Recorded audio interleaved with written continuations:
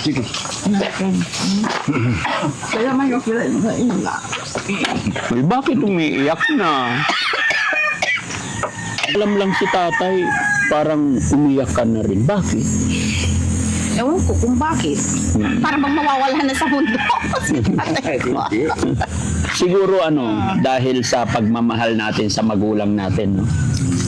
Pero pag inaaway ko siya, walang kilaon niya eh. Pero hinahanapin mo din palang magulang niya. Ano? Yung sinasabi kong mawala na sila, pero pag wala na, hanapin mo din pala yung mga magulang mo. Yes. Kahit wala na si nanay. Naalala mo pa rin yung nanay mo. Siguro, pag nabuboy pa si nanay ko, gusto niya yung ganyan. Gusto niya yung bahay na ganyan. Oo. May umaga na parang wala ng pag-asa. Gabi, di mo alam kung saan. Ito kay nanay ko, hindi ko naibigay sa kanya. Yung ganitong Oo, bahay. pero wala na siya ngayon. Kaya siguro, masasabi ko masaya na rin siguro siya kahit wala na siya dito. Pero hindi pa rin maalis yung bunganga. Okay lang yun natin, Nida.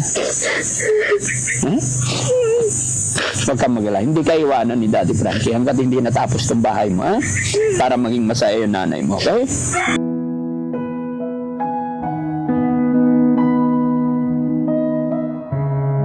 Good morning. Ay, kumakain pa. Sige, kain ka lang. Tapos na ako. Hindi, kain ka muna. Ano ko yung kanin? Yung nunot-nuton ko. No. Bakit nagsisip-sip ka? Walang ulam. Ay, di ba? Ganito ko sila kumain. Nagsisip-sip? Anong ulam mo? Wala na, hindi. Patay tayo. Hindi, huwag ka mag-alala. Kain na lang tayo sa labas. Sa daan na lang tayo kumain. Kumakain pa siya mga kababayan pero walang ulam. Na ako. Oo, sige. Damit mo, nagdala ka. Oo, sige. May kanin pa dito. Yan. Okay. Ubusin mo na lang yan. Pero wag kang mag-alala, kakain tayo sa labas. Stop over tayo, ah. Tay, ikaw muna bahala dito, Tay. Hello po. Morning. Wala kami na eh. Tay, dito ka, Tay. Aalis muna kami, babiyahe kami para sa check-up ni Ate Nida. So, ikaw na lang muna bahala rito. Tinawagan ko naman na si Foreman. I-assist mo na lang sila, bantayan mo na lang sila, ah. Okay. Huwag kang mag-alala, anak. Nag-aalala si Ate Nida. Yan, matatak. Ano sa masusunod? Mga pagdating mo dito, tapos. Oo. Kaya, huwag kang mag-alala. Yan, matatak. Yan ang naaki si tatay. Ingat siya. Ano sasabihin mo kay tatay? Mabait ka dyan. Wala na sila tayo. Sige. Kaya may sila na ina. Uy, bakit umiiyak na? Sige, anak. Lalapin nanay mo yata. Naalala niya yung nanay niya. Agi, Sige. ano nung kila ba? Aki mabawalan. Oo. Talakas siya naman yun. Oo. Huwag kang mag-alala. Hindi palaging araw-araw.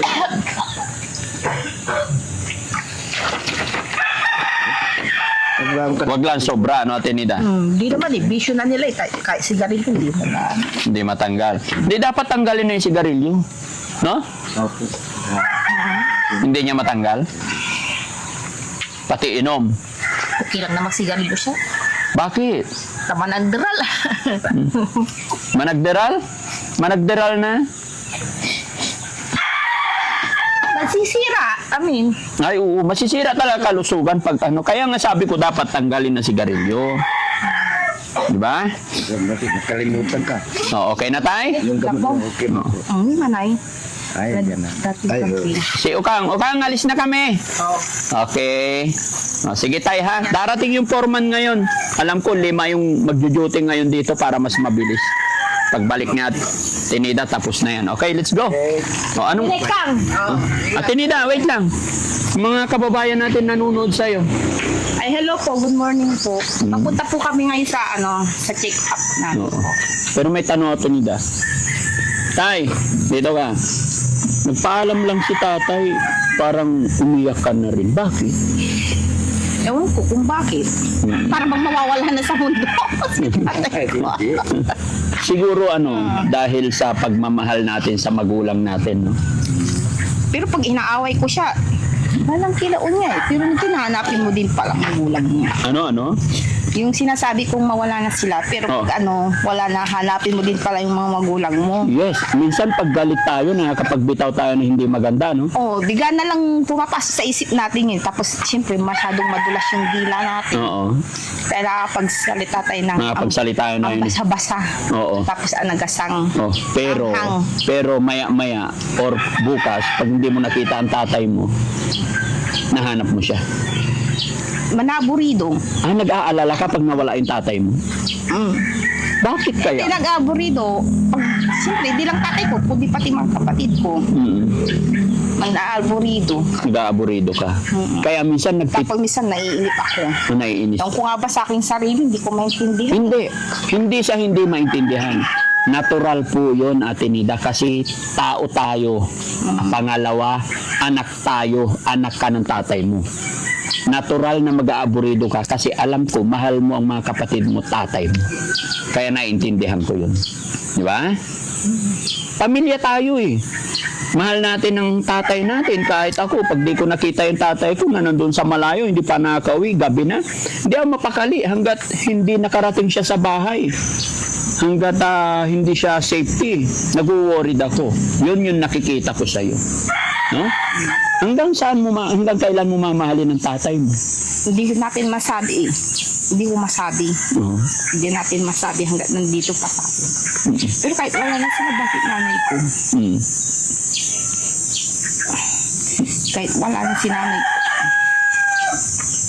Naalala mo pa rin yung nanay mo? Ano yung mga moment? Ano yung mga alaalang? Siguro pag nabubuhay pa si nanay ko, gusto niya yung ganyan. Gusto niya yung bahay na ganyan? Oo. Kahit hindi na basta lang. Yun siguro. Hindi naranasan ng nanay mo ng bahay na ganyan, no?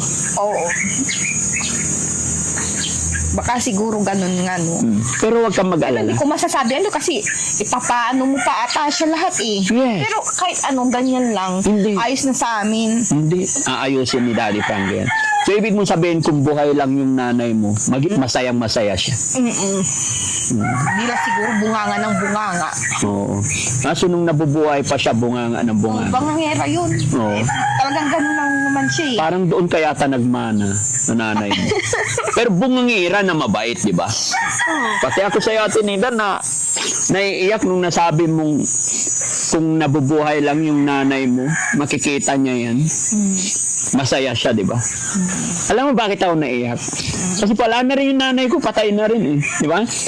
Sabi ko na rin yan sa sarili ko eh. Kung nabubuhay pa ang nanay ko, nakikita niya yung mga achievement ko, napakasaya niya bilang ina. Kasi proud siya sa kanyang anak na may achievement na gagawa natin ng ganito. Magiging proud din yung nanay mo dahil sa'yo, nagkaroon na kayo ng bahay na ganyan. Pero wag kang mag-alala, Ate Nida. Bagamat wala na si nanay mo, hindi na natin siya kasama dito sa mundong ibabaw, yung presensya niya nandito pa rin.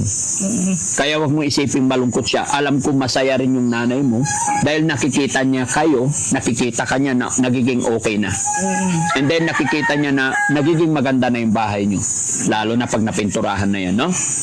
So kung sakasakali, Ate Nida, na naririnig ng nanay mo to, ano ang mensahe mo kay nanay mo?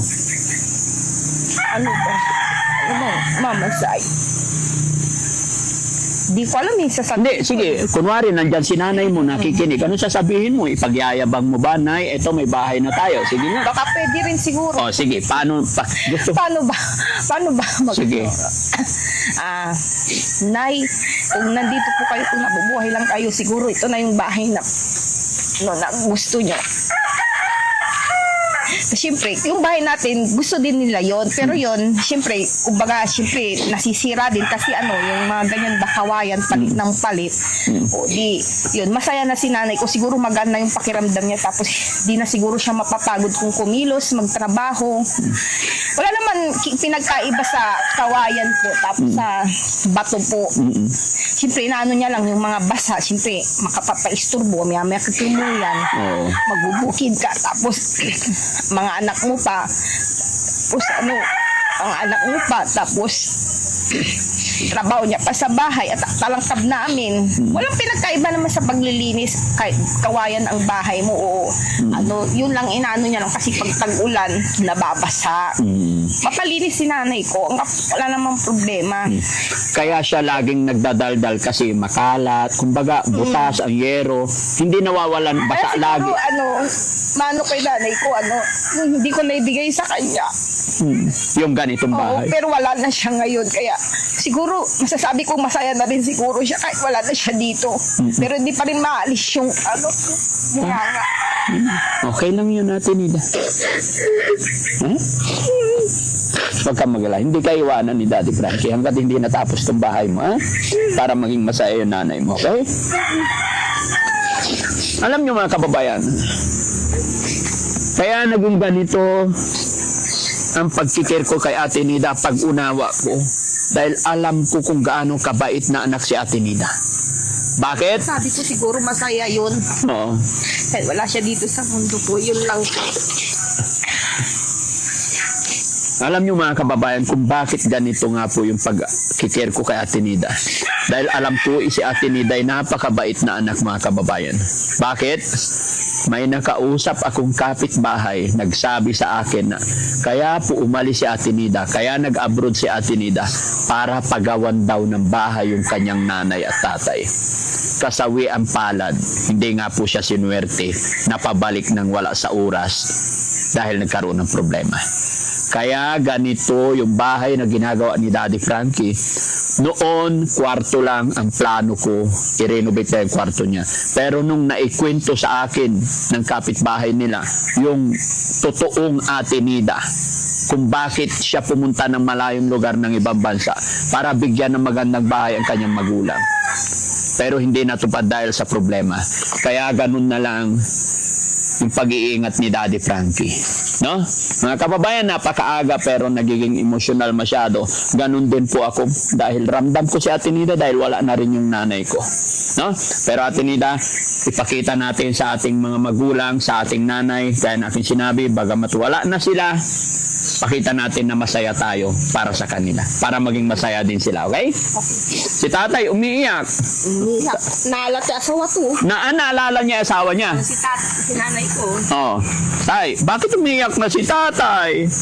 Ha? Kasi inumpisahan mong pag-iyak kanina eh. Pag naririnig yung pintuhan, yun naiyak ako. Naiyak ka rin. Naalala mo rin yung asawa mo. Opo. So, ngayon, sabi ni Ate Nida, masaya na daw yung nanay niya kasi nagagawa na yung bahay niyo. Oo. Anong, naririnig tayo ng asawa mo tayo. Anong mensahe mo sa kanya para maging masaya siya? Ay, Dita, ang salamat kay Daddy Frankie. Dumating ang panahon. Hindi tay, anong sasabihin mo sa asawa mo? Mapapanood niyo to. Ano mo yan? Ha? O, sige tay, ganito na lang. Yung bili ni Ate Nida, huwag masyado mag-inom. Apo. Huwag na masyado magsigarilyo, ha? Ikaw munang bahala dito. Apo. Huwag kang bahala dito. Huwag kang mag-alala. O, sige, alis na kami mga kababayan para hindi kami masyadong malate. Maraming salamat po. God bless po sa atin lahat. Gabayan nawa ng Panginoon ang biyahe namin. Ilayo kami sa anumang kapahamakan, anumang disgrasya. Mga kababayan, mga kabarangay, sakali man po na nanonood ka sa bidyong ito, mangyari lang po i-share mo ang bidyong ito, i-comment mo dyan kung taga saan ka. Gusto ko lang malaman kung hanggang saan umaabot ang videos natin. Maraming salamat. Mag-ingat po tayong lahat. Shoutout po lahat na nandyan sa premiere natin. Magandang gabi po sa atin lahat mga kababayan. Mabuhay po tayo. Tara natin, Nida. Mas kami lang. Pati ako naiyak eh.